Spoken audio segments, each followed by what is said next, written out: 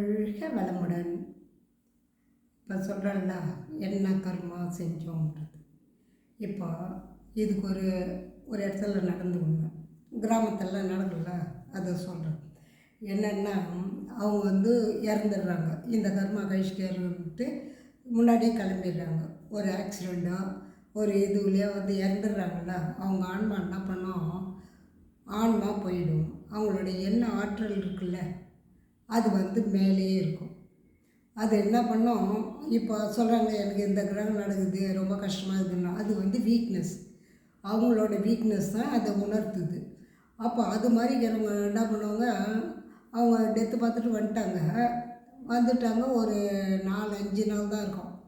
என்ன பண்ணிது, அது அந்த வீட்டில் இறந்தவர் பெரியவர், என் தம்பியோட மிஸ்ஸஸ் அந்த எண்ண ஆற்றல் ஆவியாக சொல்கிறாங்கல்ல, ஆன்மா வேறு ஆவி வேறு. அந்த ஆன்மா ஆவி என்ன பண்ணிச்சு, அந்த அம்மாவை ஏன்னா அவர் ரொம்ப நாள் நினச்சிட்டு இருக்காரு, பெரியவராக இருந்தால் அந்த மதிப்பு தெரியல அவருக்கு. தம்பியோட மிஸ்ஸஸ் நினச்சிட்டு இருப்பார் பொழுது. ஒரு 3-4 நாள் ஆச்சு, அவருக்கு இது கூட நடக்கலை. ஆனால் அந்த அம்மா இதில் ஆட ஆரம்பிச்சிட்டாங்க. ஒரு மாதிரி ஒரு வேளை பேய் பிடிச்சிங்குதோ என்னவோ அப்படின்னு சொல்லிட்டு ஒருத்தர் அழைச்சின்னு பார்த்தாங்க. ஆமாம்மா, இது பிடிச்சிங்குது தான் அப்படின்னா, அது எப்படியா சொல்கிறதுன்னு. அப்போ அவர் இது பண்ணுவாங்களே, சொல்லுவாங்களே பேய் ஓட்டுவாங்கன்ட்டு. அப்போ அது மாதிரி அவங்க அந்த ஒரு பாட்டு பாடி யார் என்னான்னு கேட்கும்போது, நான் தான் எனக்கு இவன் மேலே ரொம்ப நாள் ஆசை, அதனால தான் நான் இங்கேயே இருக்கேன், நான் இந்த வீட்டை விட்டு போக மாட்டேன் அப்படின்னுவோம்.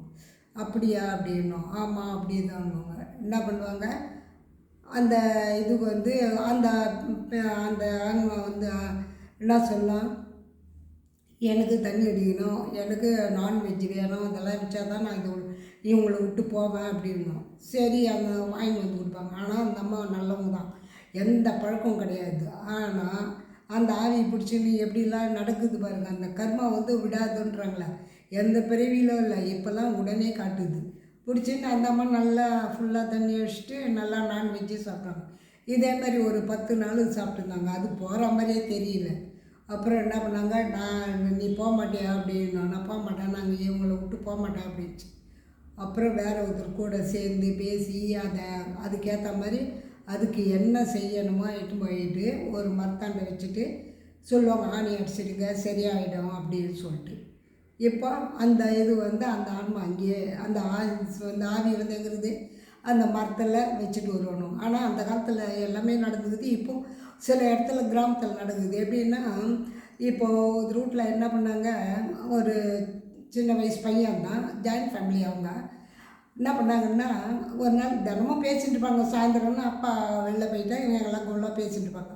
அப்போ சின்ன பையன் எதிர்ட்டில் அவங்க காட்டு ஏறி கும்பிட்டாங்க. இவன் அங்கே போய் சாப்பிட்டுட்டு இங்கே எங்கள் வீட்டுக்கு வந்தோடனே என்ன பண்ணால், அந்த வீட்டுக்கு திடீர்னு பேச ஆரம்பித்தாங்கன்னா, என்ன திடீர்னு பேசுகிறியே, என்னடா விஷயம் அப்படின்னு. நான் யார் தெரியுமா, நீ யார், நான் தம்பி தான், அதனோட புஸ்தகரி தின்னாலாம் தம்பி வந்துட்டுனா நான் வேறுவா மாற போகிறேனியா. ஆமாம், நான் வேறு யாரோ தானே, யாரா நீ அப்படின்னா. அப்புறம் நான் நான் காட்டு ஏரியா அப்படின், காட்டு ஏரியா கீட்டு ஏரியா கம்னு உட்கார்றானி அப்படின்னா. என்னை பற்றி உனக்கு தெரியாது அப்படின்னு தெரிஞ்சு தாங்க நான் தம்பின்னு. அப்புறம் உன்னை வேறு என்னடா தெரியாதுங்குதுன்னு.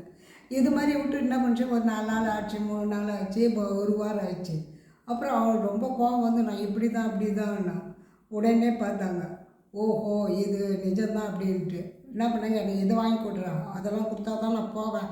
இங்கே டேய் எங்கள் சாப்பாட்டுக்கே பேஜாராக இருக்குது, உனக்கு இதெல்லாம் வாங்கி கொடுக்குறேன், சரி நீ இங்கே இரு, என்ன நாங்கள் போகிறதே சாப்பிடு, அப்புறம் நீ இருக்கிறியா போறியா நீயே இது பண்ணிக்கிட்டா அப்படின்றாங்க. அது கோவம் ரொம்ப கத்த ஆரம்பிச்சிச்சு. இதுன்னு ஒன்றும் பண்ணல.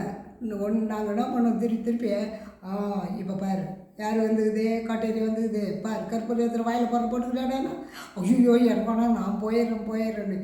இதே மாதிரி ஏமாற்றி என்ன பண்ணிச்சு, ஆளை வச்சு இது பண்ண போயிட்டேன்னு சொல்லிட்டு அந்த வீட்டுக்கு கதவு முன்னாடியே நின்றுக்குது. திரும்பி பார்த்தா 3 மாதம் போது திரும்பி அந்த ஆவி பண்ணின்னு இருக்குது. அப்புறம் என்ன பண்ணாங்க, எதுக்கு வேறு வழி கிடையாது, இழுத்து போய் தான் செய்யணும்னு சொல்லிட்டு வெளியே எடுத்து போய் மரத்தான் வச்சு ஆணி அடித்த பிறகு அது எதுக்கு சொன்னால், அந்த கர்மாவில் இருக்குது. இவன் இந்த பிறவியில் இந்த பொண்ணை பிடிச்சி இந்த பொண்ணு மேலே ஆசைப்பட்டாங்களா, அந்த பொண்ணோட இருக்கணும்னு சொல்லிட்டு வந்தது ஒருத்தர்.